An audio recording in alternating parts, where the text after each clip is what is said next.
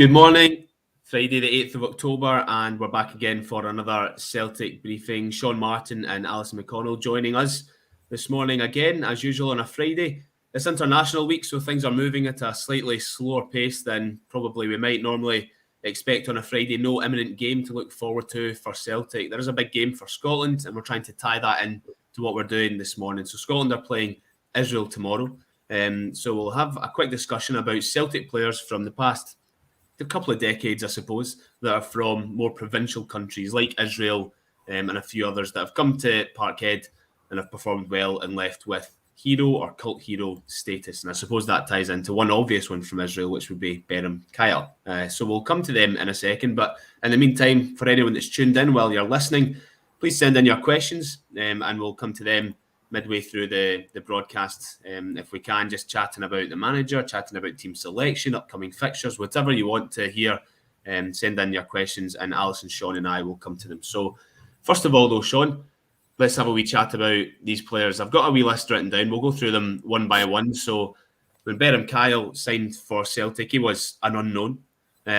He left the total opposite, went on to have a very good career. How do you look back on Beram Kayal? Because he's definitely from a more provincial country. We're trying to class this as countries that don't regularly qualify for major tournaments.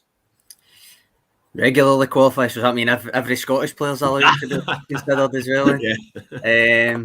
No, I think Kayal, certainly for maybe a season and a half, looked, I was going to say a world beater. It didn't quite look like a world beater, but there was always thoughts that he was going to get poached by an English Premier League side when he was at his best, and I think it was vindicated at the time. I think he was a standout midfielder. I think if you remember back probably when he was at his peak under Neil Lennon, Brown was actually moved right mid for a while to accommodate playing him in the middle as well, which I think speaks volumes. I think he was a good player. I think there was obvious after his injury worries and stuff. There was an obvious downturn in his performances. I think when he did leave, eventually it maybe wasn't to the level of club that people thought he would be leaving for when he was at his peak for Celtic. But I think overall he was a decent player. I think he's remembered pretty fondly.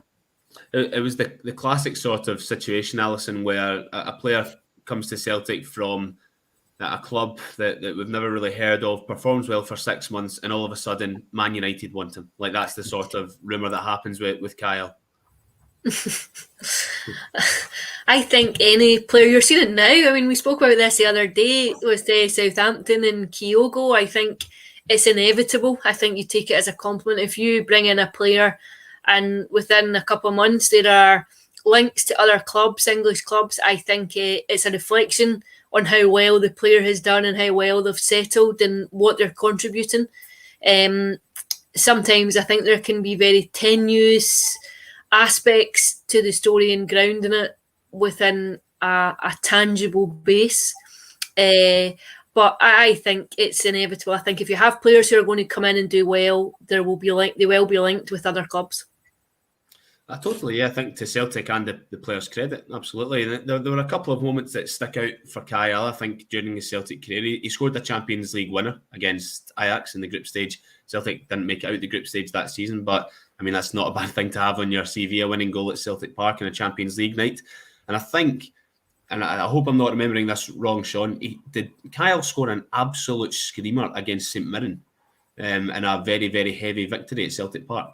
For some reason, I thought it was Dundee United, but he did score an absolute screamer at Parkhead near the end of the season. I remember that was back. It was like back when the Thunder was back, if you know what I mean. That era. But no, I think, as I said, I think he was good. I think the only thing apart from like the injuries and the downturn in form that he eventually experienced, and this might be a wee bit harsh to remember this, but it's the kind of thing you remember when a player's left, is the apparent duck at the Atletico Madrid goal. In the European type Parkhead. That is harsh to bring that up when we're discussing his career, and I've just said he was good. But for some reason, that sticks in my mind as well. It's funny how some things just completely leave your memory and other incidental factors just kind of remain there forever. We'll move on to the next player on the list. So from Israel to Honduras, that can only be one person, Alison. Emilio Izaguirre, who again arrived at Celtic, not even a relative unknown, a complete unknown and enjoyed two spells at Celtic. He left and came back. Your memories of Izaguirre and the impact that he made, because again, similar to Kayal, he arrived and was very quickly linked with bigger and arguably better things. I think he was very impressive when he first came in. I think he came from a market that I suppose you have very limited exposure to, and so you're not familiar with players there. I think sometimes there can be a tendency, quite a parochial tendency, to write off players that you don't know and don't have a familiarity with. But I think he made a pretty immediate impact. If I remember correctly, he was Player of the Year, was he? In one of his first seasons. I think he was also quite key to the development of Kieran Tierney in some ways. I think when they crossed over, I think Kieran was very complimentary to what he'd spoken to him about during games in the very embryonic stages of his senior Celtic career. And I think he is remembered fondly. I think he made a decent and fairly strong contribution to Celtic. I think, Sean, he had a bad as an ankle injury, wasn't it? He was really going places, Izaguirre, and then I can't remember who or how he injured it, but it was an ankle injury. Is that right? It was against Aberdeen. Yeah. It was against Aberdeen, and it was you can essentially I suppose you could separate his Celtic career into three parts: before that injury, after that injury, and then after he came back to play backup. That was essentially three distinct parts of his Celtic career. But for me, I think that 2010-2011 season, Alison, I think he actually did a clean sweep with the individual awards. He was. Mm-hmm. It's hard to underrate. It's hard to overegg. How good he actually was that season.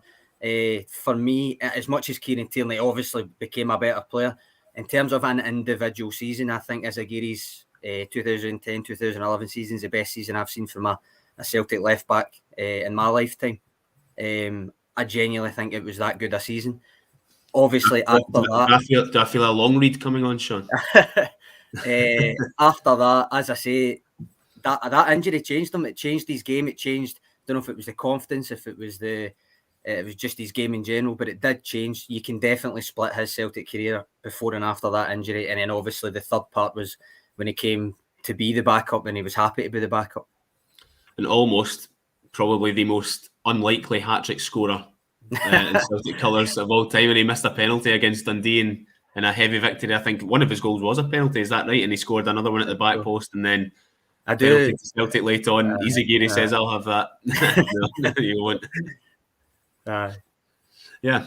Okay, so we'll move on to. I think that this one is, still a provincial country these days. Anyway, during the 90s, I suppose they weren't, because they did well at a World Cup, but they don't make many tournaments now. That's Bulgaria and Stiliyan Petrov. Alison, what a hero he is at Celtic.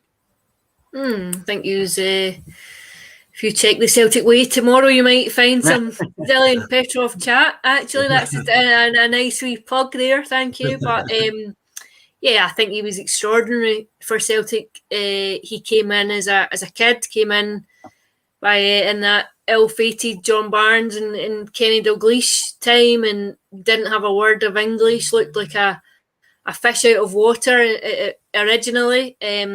Just didn't have an impact. And then, of course, Martin O'Neill came in and rejuvenated the club, and he was one of the players who benefited hugely from that new regime. Became this box-to-box midfielder, tremendous energy, just an absolute workhorse at times, and of course could do the dirty side of things, but could also score goals and big important goals too. I think that 6-2 game in August when Martin O'Neill just came in was so important for him. He scored and played so well, and he just seemed to find his feet in that team very, very quickly. And he was still young. I think he's probably still only 19 at that time, but went on obviously to make a pretty incredible contribution to the club. And I think he still retains an affection for Celtic. Went down south, but I think he still gets back up, and it would be remembered very fondly. Do you think, Sean, that he is the type of midfielder that Celtic fans are talking about now when they say what's missing in this midfield that Ange Postecoglou's put together? Yes, I think that's exactly the kind of midfielder that people would love to have now. Whether it was me and Tony mentioned it yesterday. It's not necessarily just the fact that he went box to box. It was the quality with which he got on the ball when he done it. And I think that's the big thing, because it's not, especially now with this Celtic team and the way they want to play, it's not just about running about. That's not just the movement that they're wanting. They want, once you get the ball, you need to be able to do something with it and contribute to the overall kind of ethos and system that is in place. So I think, well, obviously Petrov would have thrived, but I think to go back to what Alison said there, I think people forget how young he actually was at that point. I think, if I remember right, I think he was the first foreign young player of the year in the SPL anyway. And I think it's very much forgotten how young he was at that point. Alison's already mentioned, didn't speak English. It's all famous that he worked in his pal's burger van and all that. But I think to have the presence and the attitude to prevail and end up a key player after all that, I think speaks volumes about his character, and I think we saw that character over the 5 years or whatever it was that he was with Celtic. A common theme here as well with the players we've spoken about so far. He also had a bad injury fairly early in his Celtic career. He broke his leg at McDermott Park during Martin O'Neill's treble season, which forced him to miss the last 5, maybe 6 months of that season, and then had to bounce back from that. Again, as you've mentioned there, at a really young age, Alison.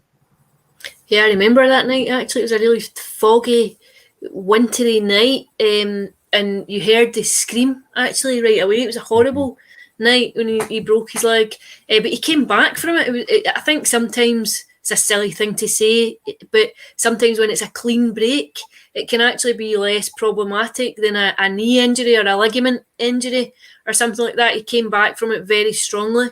I always remember that one day he was in, remember going back into Celtic Park at like 6:30 in the morning and stuff like that, waiting on people opening the door so he could get up to the gym and start his rehab early. He had a real hunger, a real desire to be the best player that he could be, and he worked hard at it. He was a really good trainer, hugely professional.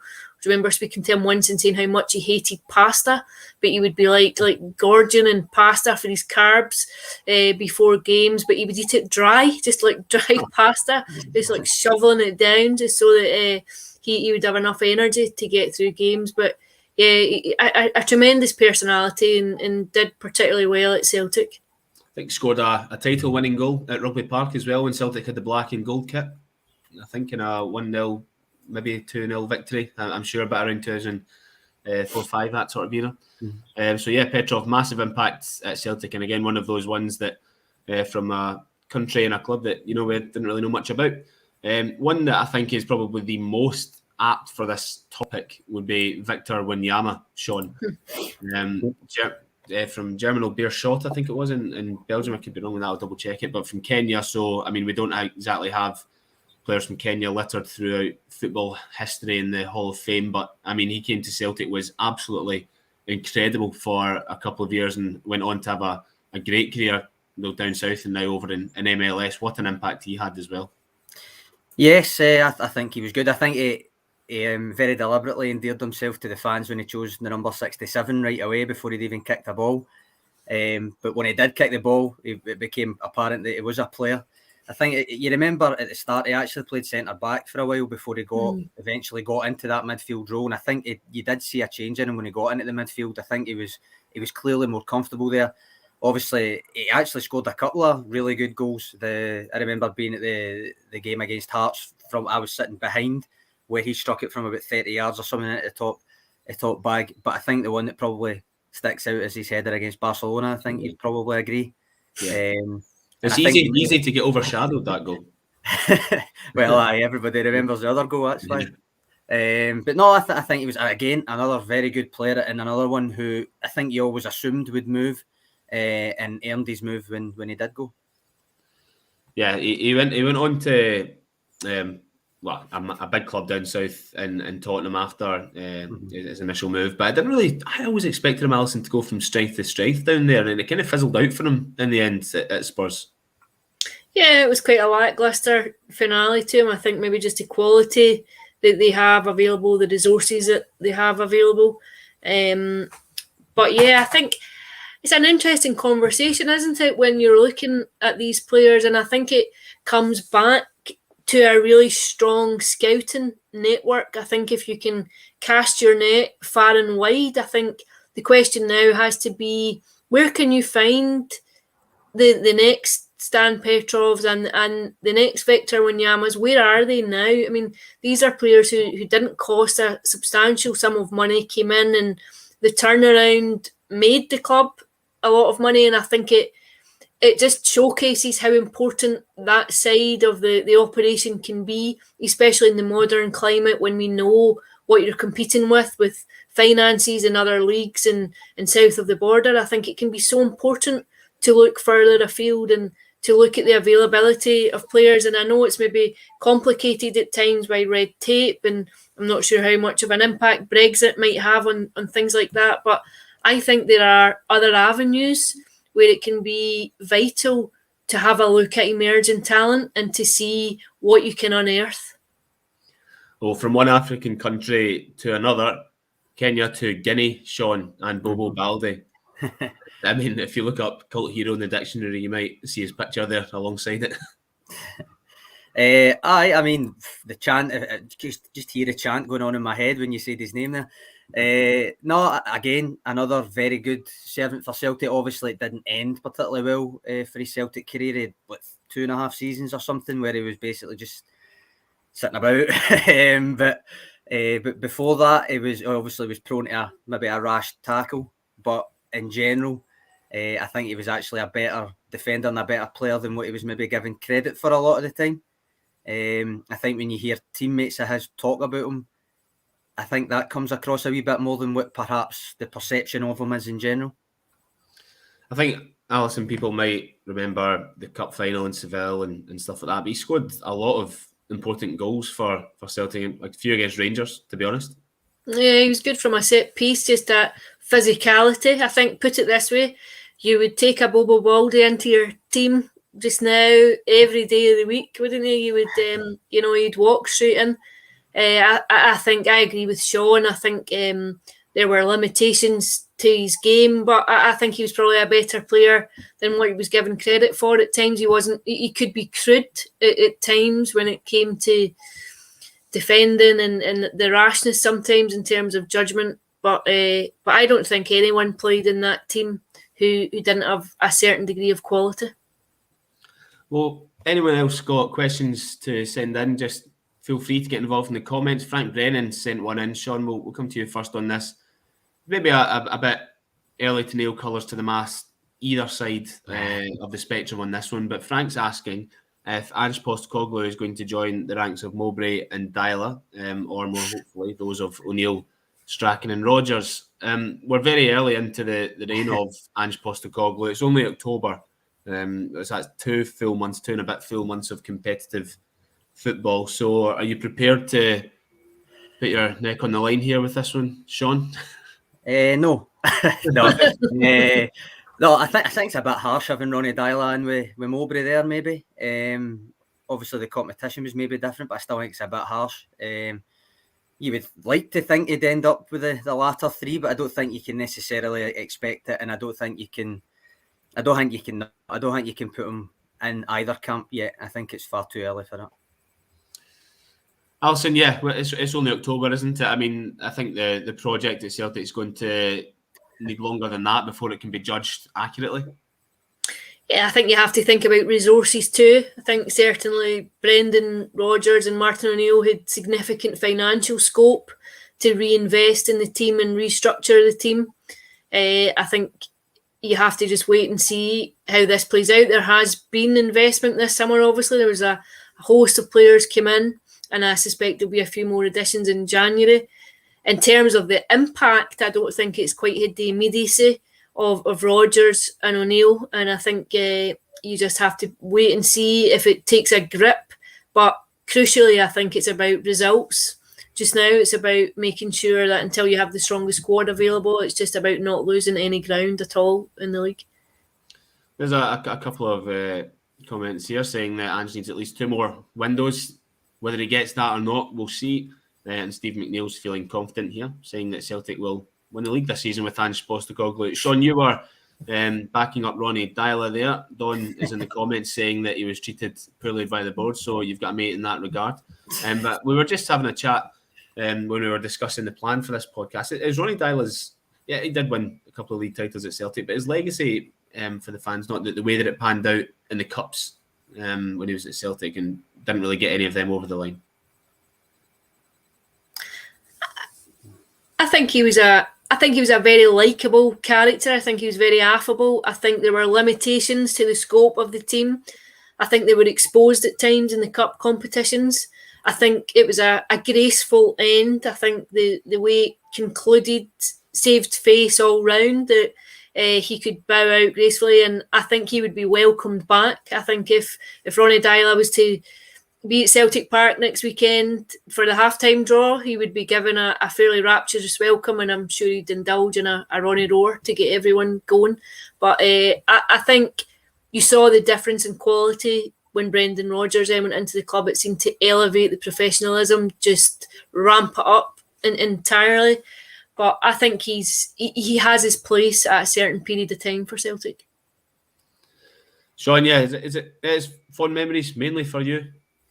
I think so. Again, there's obviously the caveats that Alison laid out there, but I think since he left, his reputation's actually probably enhanced compared to what it was when he first departed. I think he's obviously got feelings for the club. He obviously took the club into his heart. You can see the stuff all over social media. He's in New York. He's going to the Celtic Supporters Club, that kind of thing. So I think that helps his image in terms of the way that Celtic fans think about him now. I think, as always, when the pressure's on and stuff, there's maybe prone to a wee bit of exaggeration one way and the other. So by the time he left, it was probably the right time to leave.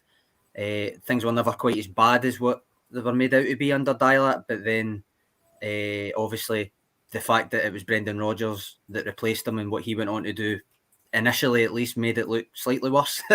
But no, I think overall, I think he's remembered fairly fondly. He won the League Cup, is that right? Ronnie Deila with the United final. With James Forrest scored in the last second. But I think the Scottish Cup against Cali Thistle with the handball. That is a handball away from a treble, potentially.